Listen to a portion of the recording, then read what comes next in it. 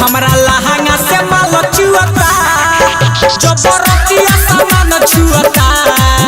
हमरा लहंगा से माल चुअता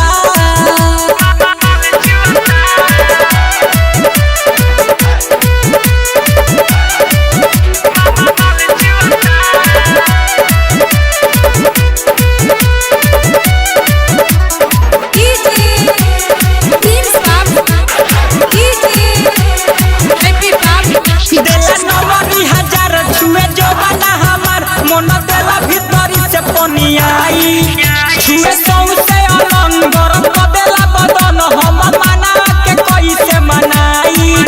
देला नमरी हजार छुए जो बना हमार हम मना के कैसे मनाई उ बोलावेला नमरिया हाथ धरेला कमरिया उ बोलावेला नमरिया हाथ धरेला कमरिया हमरा उठा के जब छुअता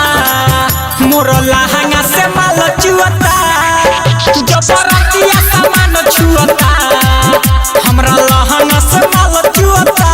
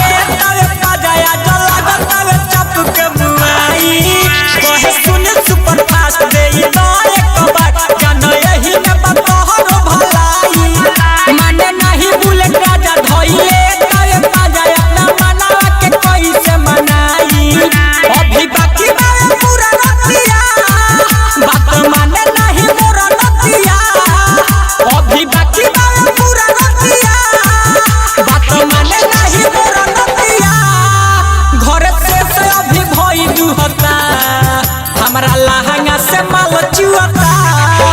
ओइ बरतिया जोगाड़ छुअता तो हमरा लहंगा से माल चुअता जबरतिया सामान छुअता हमरा लहंगा से माल चुअता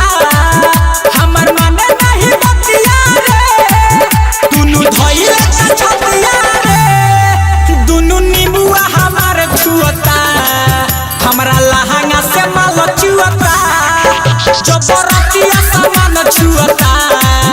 हमरा लहंगा से माल चुअता presented by Ragini Music।